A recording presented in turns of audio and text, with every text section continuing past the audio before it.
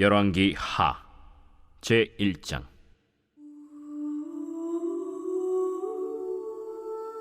아합이 죽은 후에 모압이 이스라엘을 배반하였더라.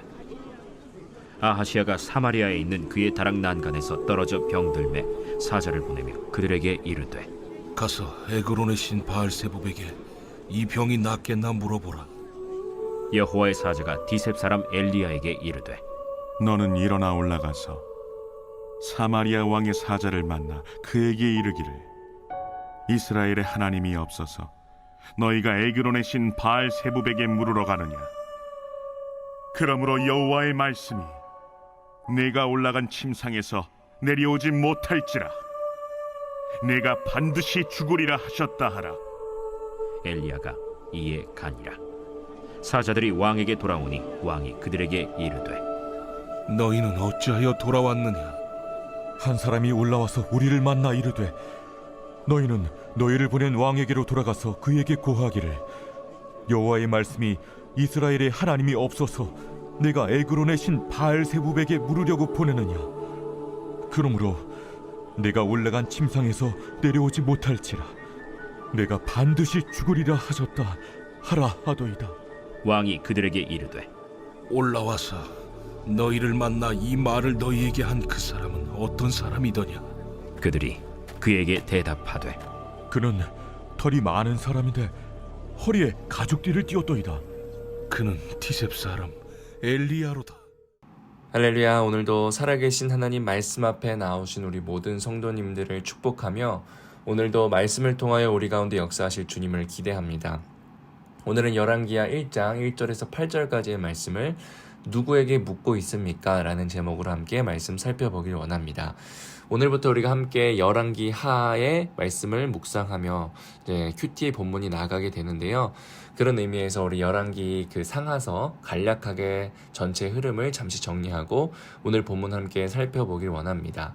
열왕기라는 뜻은요, 영어로는 kings라는 뜻입니다. 한자로는 버릴 열, 임금왕, 기록할 기 이렇게 해가지고 쉽게 말하여서 이스라엘 왕들의 이야기를 기록한 책이라고 볼 수 있죠. 우리나라에서도 조선 왕조실록 같이 옛날에 그 왕들을 통하여서 역사가 기록된 것과 같이 이스라엘의 그 중요한 역사, 구약과 신약을 이어주는 중요한 역사를 이 열왕기 상하서가 보여주게 됩니다. 이 열왕기 상하서는 원래 한 권이기도 하지만 이제 분량에 의해서 나뉘어졌을 뿐인데요. 오늘 이제 열왕기 하를 우리가 살펴보는 것이죠. 그렇다면 이 열왕기 하가 왜 기록했고 그리고 성경에는 왜 등장하는지 간략히 보면요. 이 열왕기 하를 이해하기 위해서는 이게 언제 기록되었는지를 분명하게 이해하는 것이 중요합니다. 바로 열왕기 하가 기록된 시기는 이스라엘이 다 멸망한 후에 바벨론 포로로 끌려갈 그때의 작자 미상입니다. 아마 예레미야로 추정을 하는데요. 그 어느 한 작자에 의하여서 열왕기 왕들이 왜 망하였는지 그리고 어떻게 무엇이 문제였는지 이것을 분명하게 보여주며 기록한 책이 열왕기 하입니다. 아마 포로로 끌려간 이스라엘 백성들 입장에서 생각을 해보면 이스라엘이 망했다라는 것은 거의 하나님은 안 계신다 혹은 하나님은 우리를 버리셨다라는 식의 생각만큼이나 참 신학적으로 큰 혼란을 주었던 의문이었을 겁니다. 그런 그 시기에 왜 망했는지, 왜 포로기를 거칠 수밖에 없게 되었는지를 분명하게 설명하여 주는 책이 열왕기 상하서이라는 것입니다. 오늘 본문인 이 열왕기 하는요, 제3대 왕이었던 그 솔로몬 시대, 그때부터 남유다가 망할 때까지 약 한 400년간의 역사를 그리는 책으로서 이제 대장정 사극처럼 이스라엘 역사의 대장정이 또한 시작되는 본문입니다. 1장 1절입니다. 아합이 죽은 후에 모압이 이스라엘을 배반하였더라 라고 하면서 열왕기상 21절 29절과 이어지는 이야기인데요. 아합이 죽었다라는 배경으로 시작됩니다. 아합은 하나님 보시기에는 악한 왕이었지만 정치적으로 굉장히 능력이 있었고 나라의 부흥을 이끌었던 왕이기도 했습니다. 그런데 그 아합이 정치적인 영향력이 많았던 그 아합이 죽자 이스라엘에게 조공을 바치던 모압이 배반을 하는 것이죠. 그렇기에 이제 1절부터 이스라엘이 정치적으로 쇠약해지고 있다는 것을 단적으로 보여주는 것을 볼 수 있습니다. 그리고 2절입니다.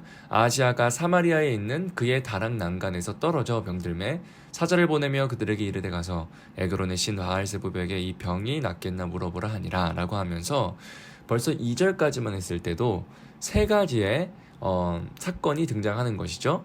먼저는 아합이 사망하는 이야기, 두 번째 그로 인해 모압이 배반하는 이야기, 세 번째 아하시아가 다락 난간에 떨어져 병이 드는 이야기라는 겁니다. 시작부터 이 무대 배경의 설정이 어떻습니까? 굉장히 어둡습니다. 전조가 좋지 않습니다. 이런 위기 때 이것을 맞이했던 그 왕, 아하시아 왕은 어떻게 해야 될까요? 이스라엘의 왕인, 이스라엘이 탄생하였던 중심과 배경인 하나님을 찾고 하나님께 물어야 합니다. 그런데 오히려 어떻게 하죠?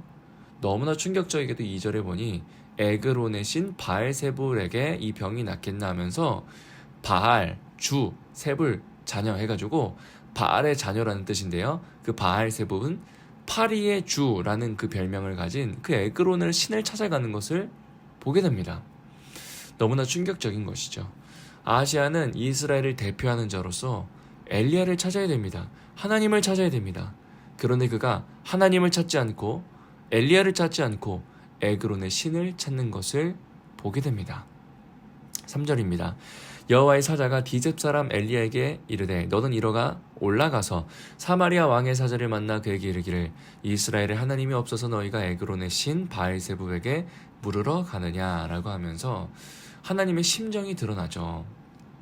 내가 정말 없어서 너 우상을 향하여 나아가니? 이렇게 묻는 겁니다. 너희는 이스라엘의 하나님이 정말로 없어서 물으러 가느냐? 하나님께서 정말 이걸 모르셔서 묻는 겁니까? 그렇지 않습니다. 도대체 내가 있는데 왜 나를 바라보지 않느냐?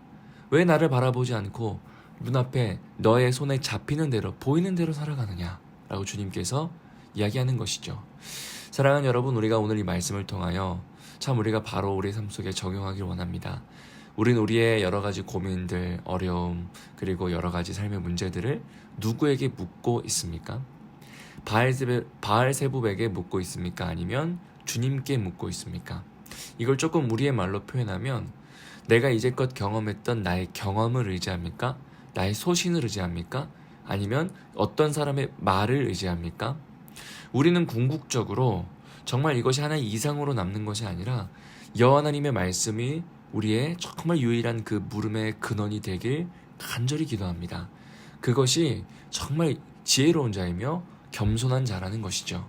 4절입니다. 그러므로 여호와의 말씀이 내가 올라간 침상에서 내려오지 못할지나 내가 반드시 죽으리라 하셨다 하라. 엘리야가 이에 가니라 라고 하며 질병으로 말미암아 죽게 될 것을 선포하는 것입니다. 그러자 5절에 사자들이 왕에게 이제 돌아와서 왕이 그들에게 묻습니다.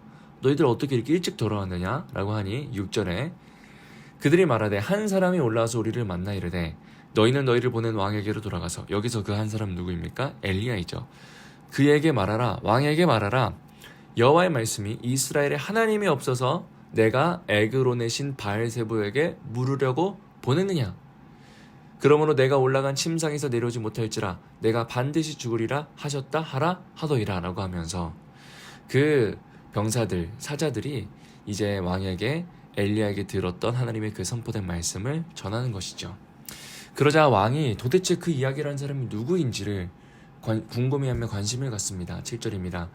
너희를 만나 이 말을 너희에게 한 그 사람은 어떤 사람이냐? 8절입니다.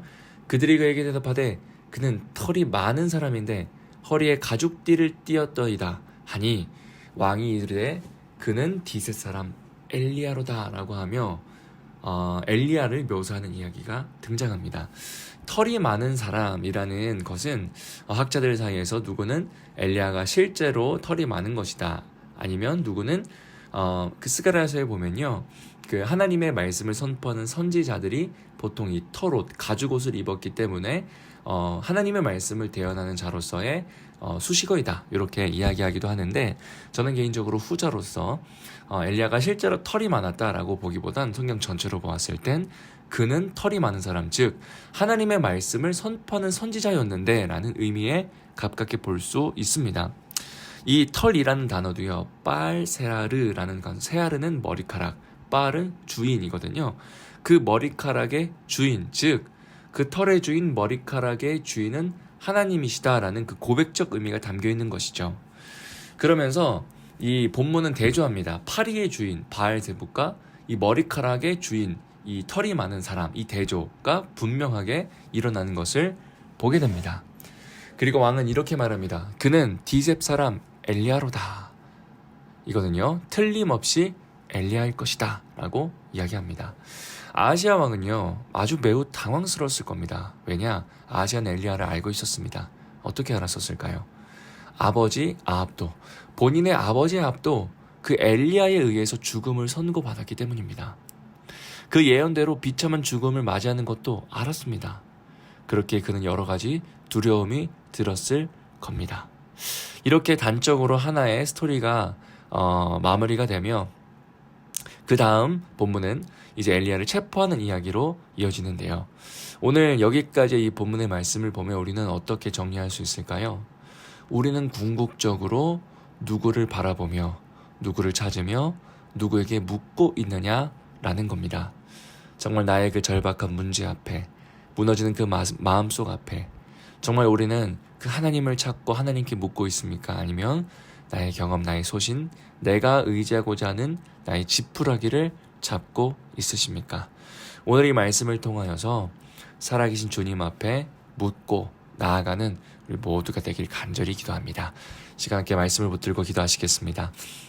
하나님 아버지, 언제나 하나님 말씀을 청종하는 자가 되게 하여 주시고, 가장 먼저 주님을 바라볼 수 있는 믿음을 더하여 주시고, 하나님의 뜻을 분별할 수 있는 지혜를 허락하여 주셔서 듣는 소리, 들리는 소리 따라 사는 것이 아니라, 보이는 시각 따라 살아가는 것이 아니라 정말 그 여호와의 말씀을 청종할 수 있는 듣는 귀와 마음을 우리 가운데 허락하여 주시옵소서. 성령님을 의지하며 오늘 하루를 주님께 맡겨드리며 우리 구주 예수 그리스도의 이름으로 기도드립니다. 아멘. 오늘 말씀을 붙들고, 그리고 특별히 몸이 아픈 환우들을 위하여서 성령을 의지하며 시간 함께 기도하도록 하겠습니다. 기도하시겠습니다.